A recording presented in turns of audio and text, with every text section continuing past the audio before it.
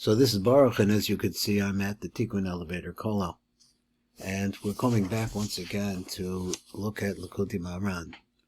Now, last time that we learned, we learned through this page, but now we're going to look at it in more depth because there's a lot here. I think some major secrets and major understandings of what's going on in the world. Let's come back to this story that the rabbis taught. Let me see, where would he say this was? It was, I think it's in Sanhedrin, but 77, his notes are in the back. I didn't catch it. This is the meaning of what the sages said. Let's read this story. It's comparable to someone who was walking along a path in the utter darkness of night. He's going to darshan this pasuk, is what the Rebbe is going to do. Not this pasuk, but this story from the Gemara. He was afraid of the thorns and the ditches because he was on a path and it was very dark. He was afraid of the ditches, of wild beasts and bandits. All of these things scared him. Not knowing which path he was on, he didn't know where he was going. When he happened upon a lit torch, he was saved from the thorns and the ditches, but he was still afraid of wild beasts and bandits. So now he could see where he was, and so therefore he wouldn't fall off the road. But then he could be attacked from the darkness, not knowing which path he was on. So when dawn broke, though, and the day came, the morning came, which is the time of Chesed, he was saved from wild beasts and bandits, yet still did not know which path he was on. So this path, this concept of not knowing the path of the person, where are you going? Guess what it means to say, where is this person going in life? So he has light and he can see now, but he doesn't know where he's going. When he came to a crossroads, he was saved from all of them. What is this crossroads? What's the crossroads mean? So Rebbe Chitzta said is the Talmud Chacham and the day of death.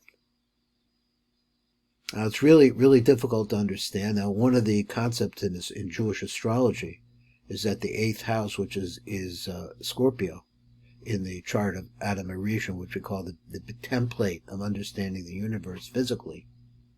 He says that the 8th house is death, but it's also the house of renewal, death and renewal. So things die here, but may become recreated. I'm not sure. So anyway, this person's on the path. So let's think about it like this. The topic that Rebbe Nachman is talking about is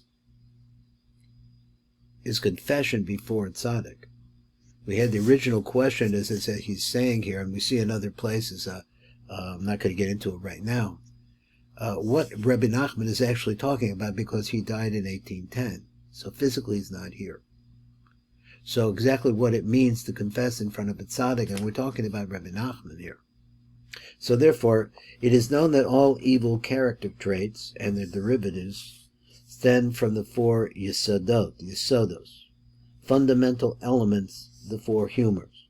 Now this is a really important idea, and let me see if I can find it on the next page, because you can explain it. So he says this is brought in a sefer called Mishnat Chasidim. So now let's go over here before we get too deep into this. Let's read what the Rambam says, and let me see if I can bring it down a little bit more for this.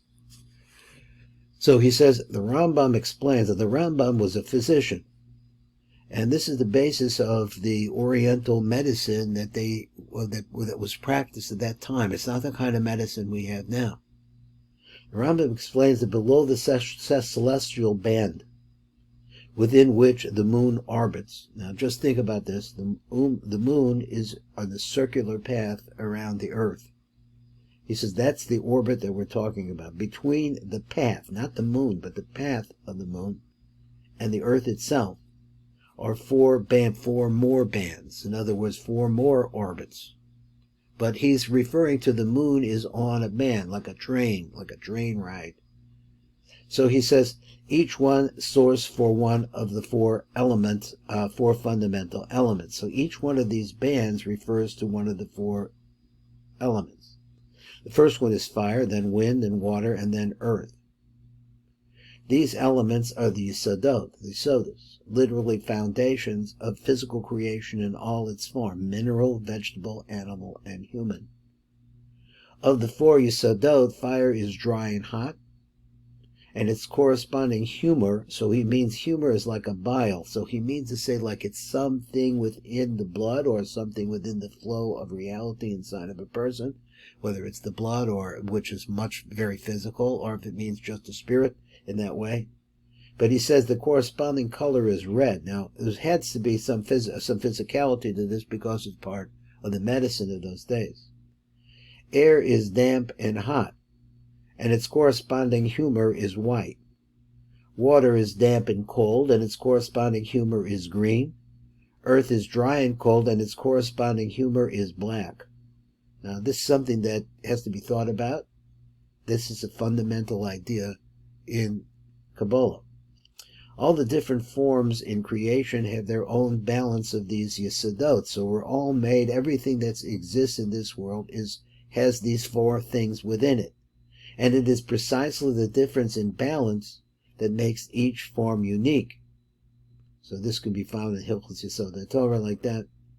So the Mishpas Hasidim, also over there for more on the celestial bands. Now there's a lot more there.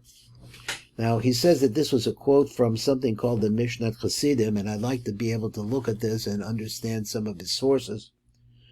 He says the Mishpat Hasidim is an important Kabbalistic work by Rabbi Emanuel Chayriki. It's a name that I'm not familiar with. He lived in between 1600s and the end of the 17th century to the beginning of the 18th century.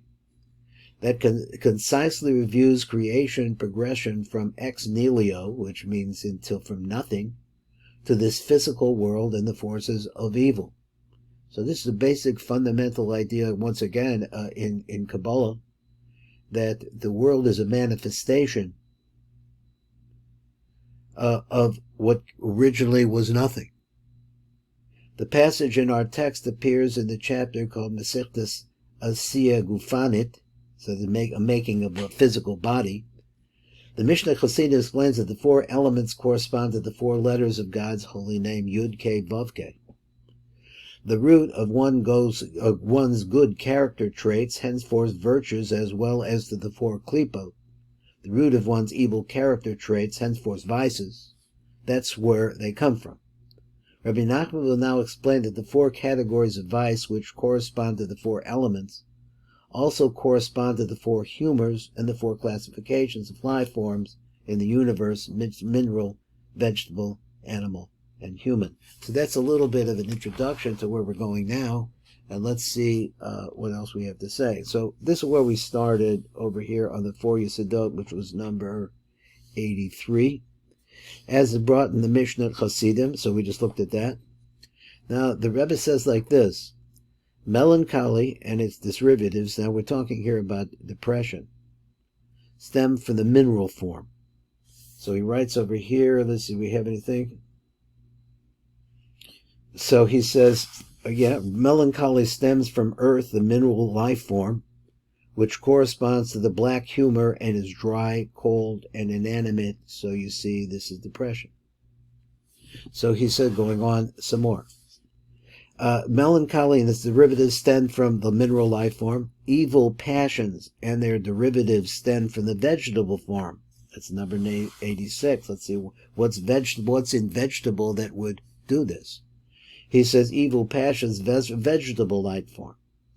Evil passions stem from water, the vegetable life form. Now let's see, evil passions stem from water. Water is supposed to be like it's pulsing, or whatever water is, the substance of it. The vegetable life form, which corresponds to the green humor, and it's damp, cold, and animate, so it moves. That's evil passions. Okay, so that's the bad part that develops out of that. Idle chatter and its derivatives, really Lashon Hara in Jewish. Derivatives stem from the animal life form. Now this is number 87. Idle chatter, animal life form. Idle chatter stems from air, the animal life form, which corresponds to the white humor, and is damp and hot. Its derivatives include flattery, falsehood, slander, and then, of course, building yourself up, self-praise. So let's go on to the next. So he says like this. Number 88, we did that one? Yeah. Okay, so I think I did miss that one. So number 88, pride and its derivatives stem from the human life form. I think I missed this. Here's the pride and its derivatives stem from the human life form. Number 88. So he says, pride, human life form. Pride stems from fire, the human life form, which corresponds to the red humor and is dry and hot. Its derivatives include anger, haughtiness, and hatred. The Hebrew term for the human life form is medaber, the one who speaks, which literally means speaker. Medaber connotes the level of man because the ability to speak is uniquely human.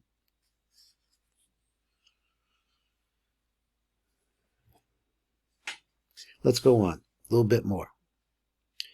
Anyone who would walk the path of God, and this is a man who's lost in the darkness. He's on a path, but he doesn't know where he is, and it's dark.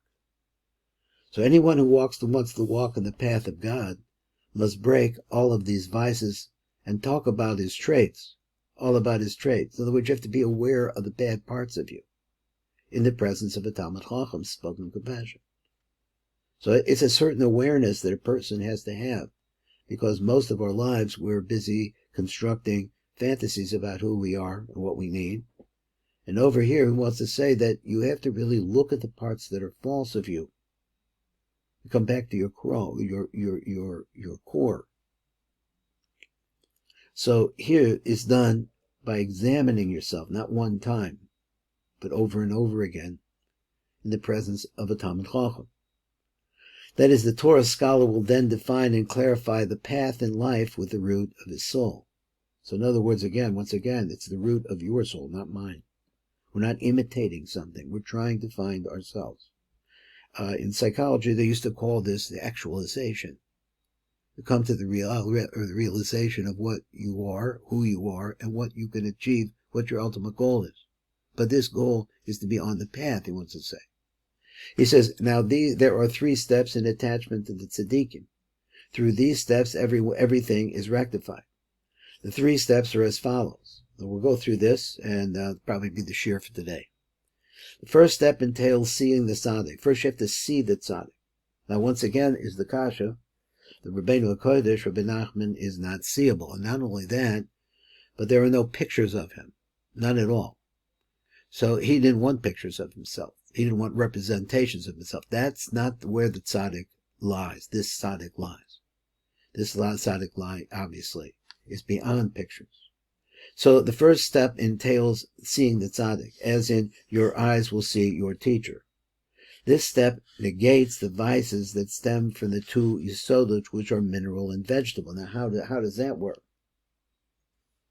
Namely, melancholy with its derivatives, everything that comes from depression and all the rest of it, and evil passions, also desires, sexual desires, and physical desires, eating, and so on and so forth.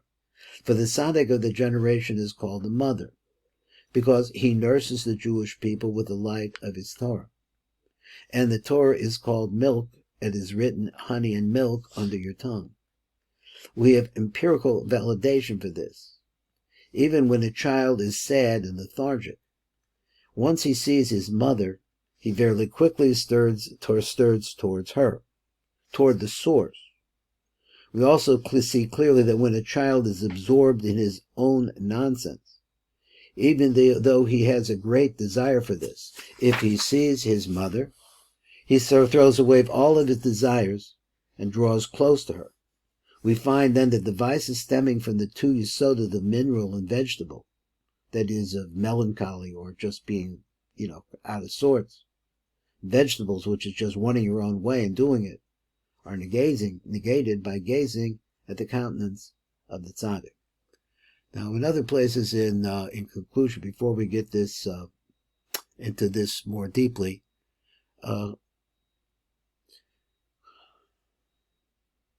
in other places, we see that the concept of Ima, the mother, which he mentioned here, is also the concept of Bina. So here we are in the looking at the tetragrammaton, the Yud K Vav K, one on top of the next, and I should have a drawing of that, but I don't think I have it handy. This is that the Vav sets in the middle between the two Ks. So it's Yud, then it's a K, then the Vav, and the next K. So the K on the bottom, this is actually a pipeline. It goes both ways. It brings Shefa from up above. From the first K goes into Zer Anpin. And then the pleading from down below for the Nukva, who's empty, is coming from the bottom Hey, going through Zer Anpin back to the mother. So to understand this idea, you have to understand that the mother is not physical. The mother is the pathway to the Ein Sof Baruch Hu. That's really what we're seeking, is to find the perfection by speaking before Him. This is Baruch Fleischman at the Tikkun Elevator Kolel, and this is Likutei Maharan.